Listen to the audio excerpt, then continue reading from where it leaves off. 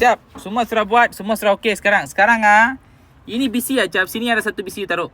Betul. Sini pun ada satu bisi. Apa guna tu bisi, bos? Ajab. Apa?